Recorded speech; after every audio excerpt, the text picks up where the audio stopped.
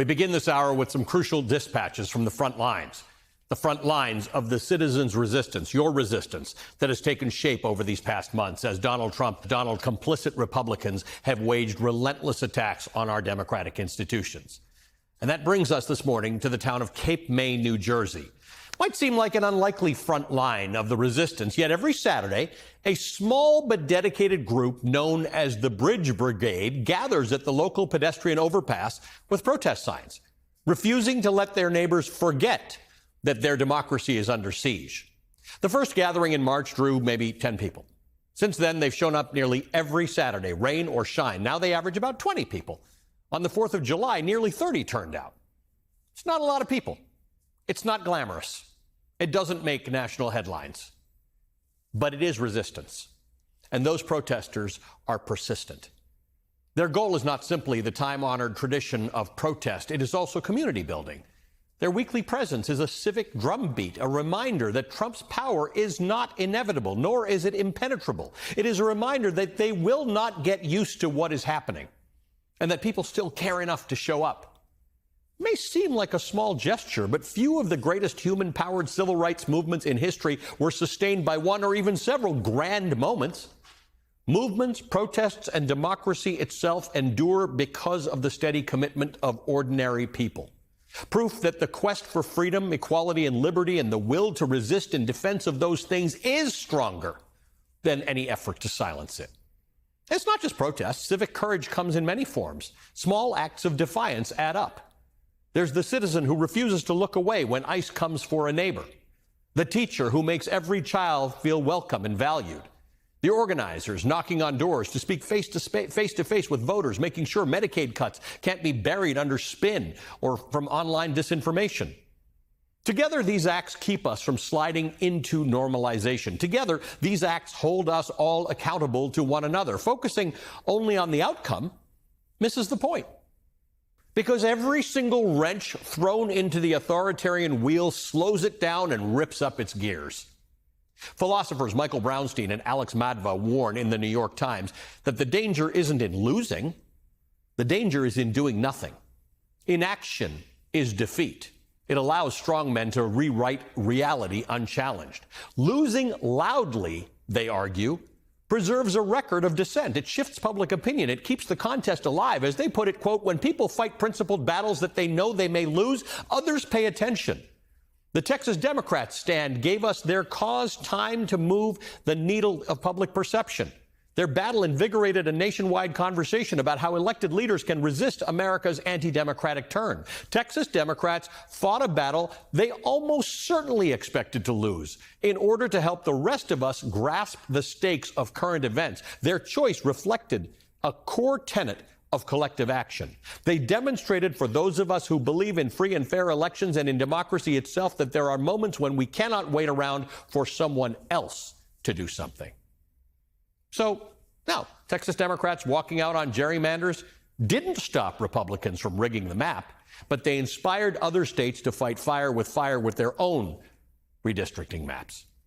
The civil rights hero John Lewis did not see immediate change when he marched in Selma in 1965, but he and those who marched with him forced a nation to reckon with the violence that stood in the way of democracy. Today, these small acts of resistance are unfolding across America, carried out by ordinary people far from the halls of power. In Manhattan, the city comptroller, Brad Lander, and other activists have been showing up to immigration court to observe ICE proceedings. In June, Lander was arrested after linking arms with a man who agents were trying to detain. Now he's urging migrants to skip court hearings altogether, calling them abduction traps. But here's the thing. This isn't Brad Lander's job. He's the New York City comptroller. He was there as a citizen, albeit a citizen with some authority. But going to court to bear witness and stand in solidarity with undocumented immigrants is something open to all of us.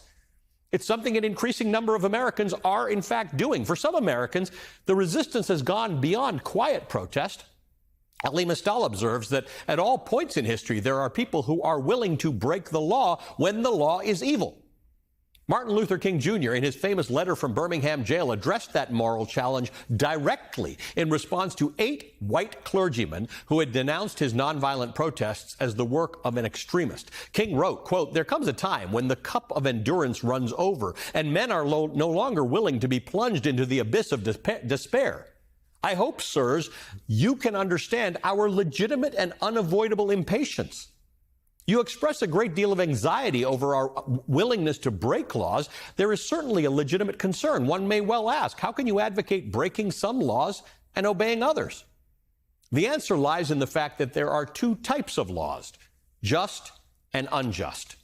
One has not only a legal but a moral responsibility to obey just laws.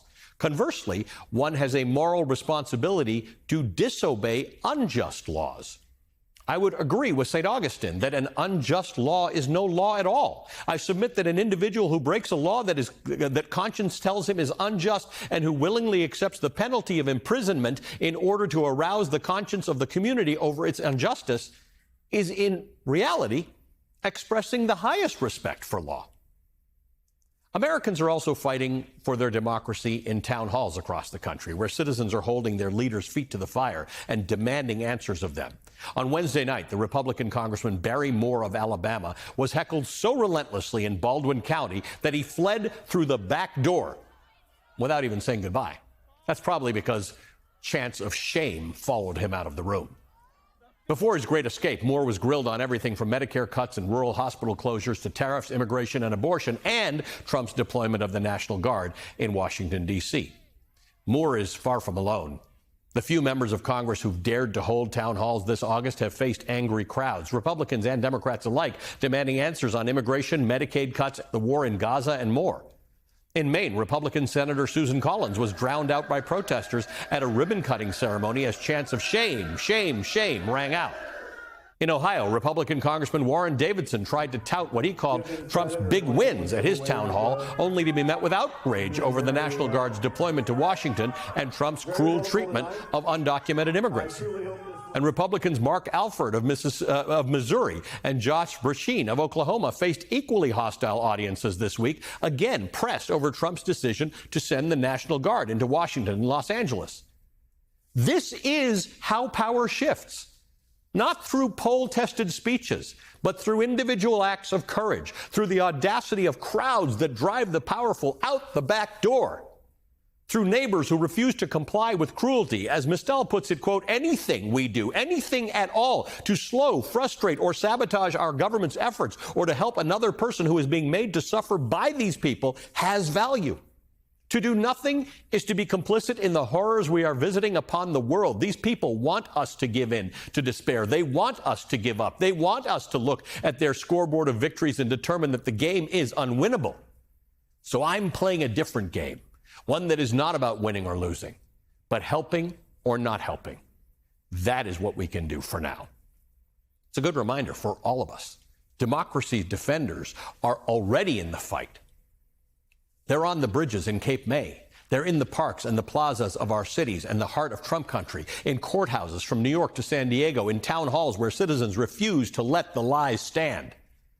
They're turning Labor Day into another No King's Day protest. They're marching in Bernie Sanders' Workers Over Billionaires rallies. Ordinary people in every corner of this country are declaring we will not bend the knee.